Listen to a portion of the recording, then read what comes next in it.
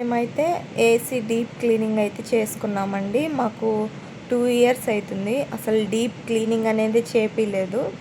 అసలు చాలా డస్ట్ అయితే వచ్చింది. వీళ్ళు క్లీన్ చేయడం కూడా చాలా నీట్గా అయితే క్లీన్ చేస్తున్నారు. మీరే చూస్తున్నారు కదా, కవర్ అది పెట్టేసి అయితే నీట్గా వాళ్ళే క్లీన్ చేసుకొని, వాళ్ళే బకెట్తో వాటర్ అది ఫిల్ చేసుకొని అన్నీ వాళ్ళే క్లీన్ చేసుకుంటున్నారు. మనకైతే రూమ్ నిండా అయితే అసలు పడదండి. ఇలా బకెట్లో వాటర్ అనేది పెట్టేసి ఆ వాటర్ పీల్చుకొని ఏసీ అయితే క్లీన్ అవుతుందండి. చూడండి, వాళ్ళే బయటికి తీసుకొచ్చి ఆ మూత కానీ అవన్నీ మాత్రం వాళ్ళే క్లీన్ చేసుకుంటున్నారు. అయితే ప్రైస్ కూడా చాలా రీజనబుల్ ప్రైస్ అండి. నేనైతే మీకు డిస్క్రిప్షన్లో నెంబర్ అయితే పెడతాను, మీకు ఇంట్రెస్ట్ ఉంటే కాల్ చేసుకోండి. మాకు చూడండి ఎంత మట్టి అయితే వచ్చిందో. అయితే క్లీన్ చేయడం చాలా నీట్ క్లీన్ చేశారు.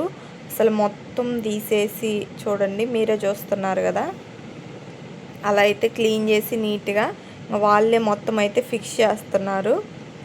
మాకు ఇది క్లీన్ చేయించిన తర్వాత కొంచెం కూలింగ్ అనేది ఎక్కువ వస్తుంది. మేము 2 ఇయర్స్ అయింది కాబట్టి డస్ట్ ఎక్కువ పడింది. కానీ మనం 1 ఇయర్ లోపే క్లీన్ చేసుకోవాలి. ఎందుకంటే ఏసీ అనేది పాడైపోయిద్ది. అంటే మట్టి ఎక్కువ పడితే ఏసీ అనేది ఆటోమేటిక్గా పాడైపోతుంది కదండి. అందుకనే మీరు ముందుగానే మాలాగా చేయకుండా సంవత్సరం లోపే ఏసీ డీప్ క్లీనింగ్ అనేది చేయించుకోండి. మీకు ఒకవేళ ఇంట్రెస్ట్ ఉంటే కనుక ఈ అన్నని పిలిచి చేయించుకోవచ్చు. అడ్రస్ అనేది ఒంగోలు అండి. నాకు తెలిసినంత వరకు ఒంగోలే వాళ్ళది. ఇదంతా ఏసీ డీప్ క్లీన్ చేయించిన తర్వాత మేమైతే అది అంతా ఫిక్స్ చేసి అయిపోయాక క్లాత్ అది పెట్టాము. ఆ క్లాత్ అనేది అసలు వేయకూడదంటండి. మేము ఆ క్లాత్ వేయడం వల్ల కూలింగ్ అనేది రావడం ఆగిపోయింది. మళ్ళీ మేమైతే పిలిపించి చూయిస్తే ఆ క్లాత్ వేసిన తర్వాత దాన్ని బాగు చేశారు. మాకు మళ్ళీ కాస్ట్ 4000 అలా పడింది. కూలింగ్ రావట్లేదని మళ్ళీ చూయించిన తర్వాత. అదైతే వీళ్ళ ఫాల్ట్ కాదండి, మాదే ఫాల్ట్.